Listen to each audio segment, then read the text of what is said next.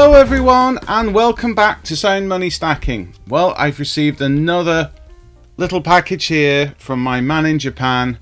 It's always very exciting when I get something from Japan because I know it's something I've really wanted and I've taken the trouble to go through this route of getting it to me. So, I've not looked at it yet. I've popped the envelope open just to make sure that it is what I think it is. And it relates to this, the Canadian maple leaf, one of the most recognised government coins in the world, with its classic emblem of Canada, the maple leaf. It's got its 4 nines fine silver in the case of silver. It's a government coin, very well recognised and respected in all parts of the world, and usually comes with quite pretty decent premium on it as well, so it's quite an easy coin to stack. And yeah, it's very much revered and keeps going year to year, and there's lots of different variants of colorized coins, but in general you've just got 1 ounce, 10 ounce, 1 kilo, the standard sizes. But something new has happened this year. So let's have a look. So I slightly opened this. Right, this is as far as I got off camera. So let's see what we've got. All right.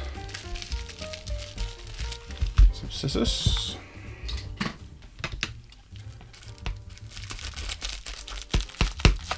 Christmas has come early. Ooh. It's a big chocolate coin. No, it's not. It's too heavy for that. But it is big. Oh, are you ready? Are you ready? Ooh. There we are. $25 coin. The very first from the Royal Canadian Mint. $25. 2026, Charles on the front, comes in its own capsule, and it is the new 5 ounce maple leaf.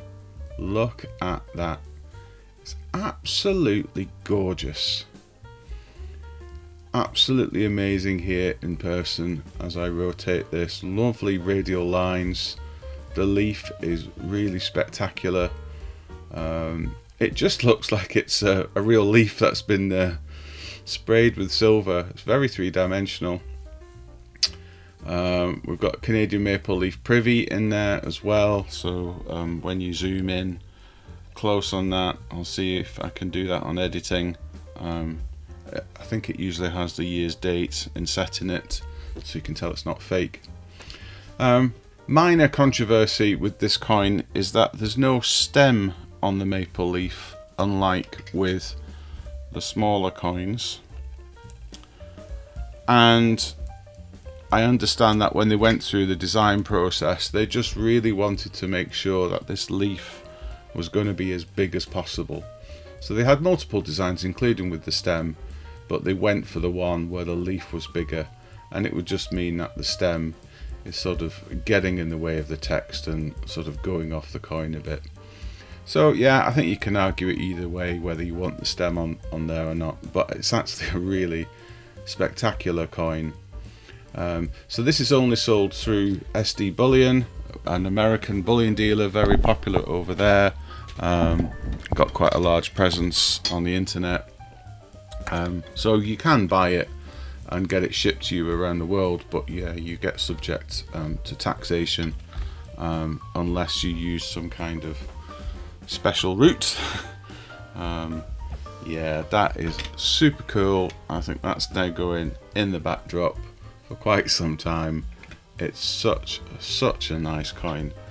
Yeah, I can really recommend it if you love the maple leaf, and and also you like having some larger coins, then I can really recommend this.